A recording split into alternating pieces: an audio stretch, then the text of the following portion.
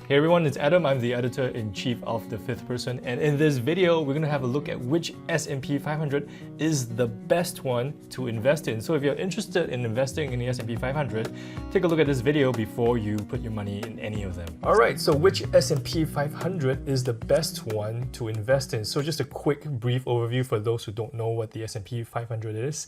The S&P 500 is actually a stock index, right? So what is a stock index? So a stock index comprises of a basket of stocks. So let's say you have stock A, B, C, D, and E. You put that together, you form a stock index. So that's what essentially the S&P 500 is. So in America, the S&P 500 comprises the best 500 stocks you can find there. So you have very famous names like Apple, Microsoft, Alphabet, Amazon, and Facebook. So these are the best companies in the US. So how do you get onto the S&P 500? There are a few criteria. So one of them is you need to have a market cap of 8.2 billion. You must have a HQ in the US. You know, if you have 250,000 of your shares traded in the previous 6 months, most of the shares are in public hands, and a lot of other things as well. So if you have these criteria and a little bit more, you can be on the S&P 500. So if you take a look at the long-term track record of the S&P 500 since 1990, it has grown 927%. So that's a pretty good return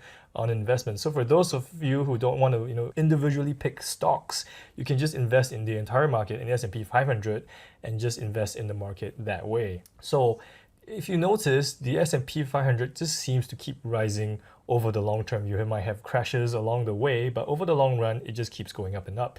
And the reason for that is because of 4 reasons. Number one, you have inflation, economic growth, population growth, and of course, the index always includes the best companies. So, if a particular stock is underperforming, the criteria for the S&P 500, it will be removed and replaced by the next best company. So that's why the index over the long term tends to go up. You can't actually invest in the S&P 500 stock index. You need to actually invest in the fund that kind of mirrors the S&P 500. So that's what we call an ETF, or an exchange traded fund. So why is it an exchange traded fund? Why is it called that? So number one, it's like a fund. It pulls money together and then it invests in a pool of stocks. So it's like a fund. It's diversified. It gives you exposure to many different companies. At the same time, this fund is traded on the stock exchange like a stock. You can go in and out. There are prices every single minute, every single day, and it's very easy to buy and sell an ETF. So this is what an exchange traded fund is. So for the S&P 500, these three are the biggest and most famous ETFs you can invest in to invest in the S&P 500. So you have the SPY, the VOO, and the IVV. So what are the differences between these three, S&P 500 ETFs? So I put them together on a table. So these are the issuers. You have State Street, Vanguard, BlackRock. They're all big, companies. They're very stable and reputable. And the SPY has been around the longest. It was, this ETF was launched in 1993, whereas, the VOO and IVV were launched much later on. All right. So as you can see, the 5-year CAGR is more or less the same. The expense ratios are very, very cheap. 0.09% for the SPY, 0.03% per annum for the other two.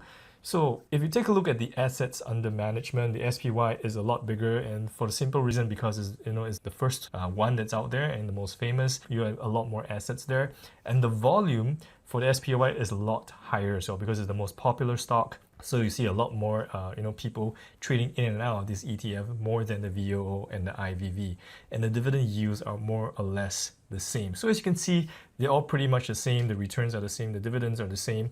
The expense ratio is a lot cheaper for the VOO and the IVV, but because some people may prefer the liquidity that comes from the SPY, they don't mind paying the slightly higher expense ratio.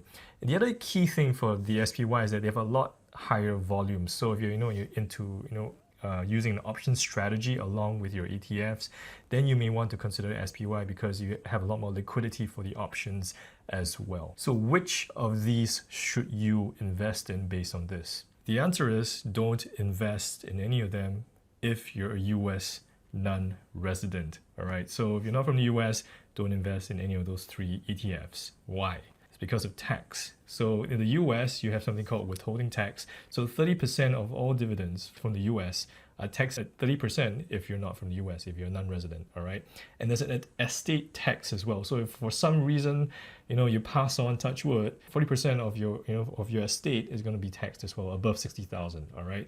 So below that, you won't have a tax. So if you have, a huge amount invested in the S&P 500 through a US ETF and, you pass on, you're going to get hit by a huge tax as well. So these are the two reasons why you shouldn't invest in any of the three ETFs I just mentioned if you're not from the US. So what do you invest in? You should invest in an Irish domiciled ETF. Why? Because the Irish ETF doesn't have any estate taxes. So if you haven't happened, to pass on, you won't get hit with an estate tax. And they have a 50% withholding tax treaty with the US. So any US dividends, instead of being taxed at 30%, they get a 15% tax instead. And when it comes to you, there is no withholding tax from Ireland. So this is why you want to consider an Irish domicile ETF. And these ETFs are usually listed on the London Stock Exchange, which is a big stock exchange by itself. And just to give you an example of how this works, so you have a basket of US stocks that's under US ETF.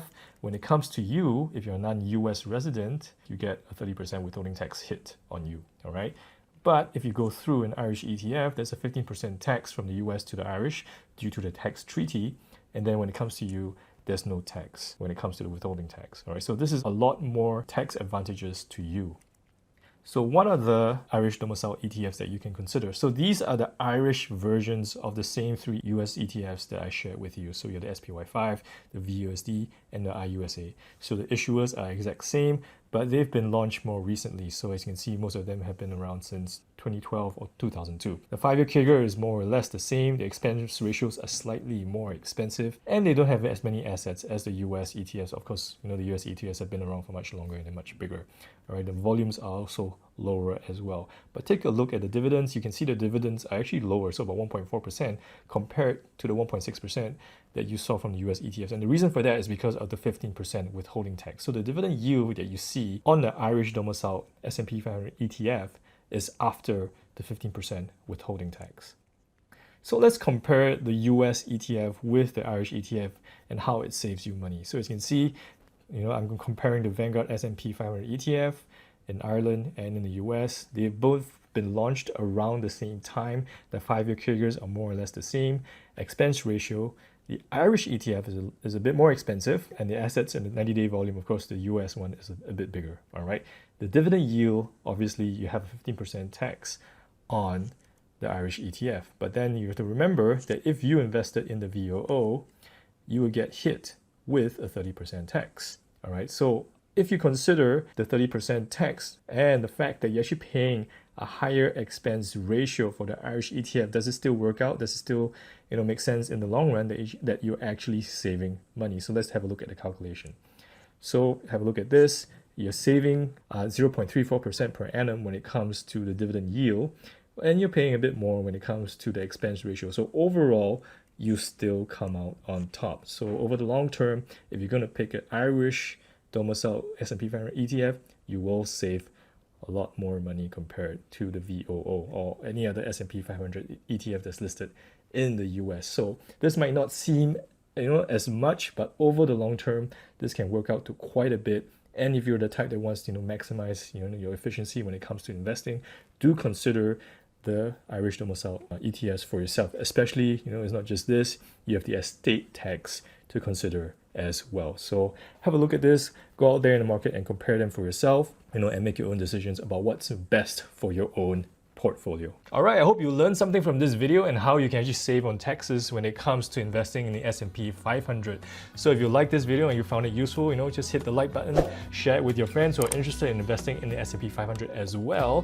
And of course, subscribe to this channel. We have a lot more videos for you and we really want you to have them as soon as they come. So once again, thank you for watching this and I'll see you around.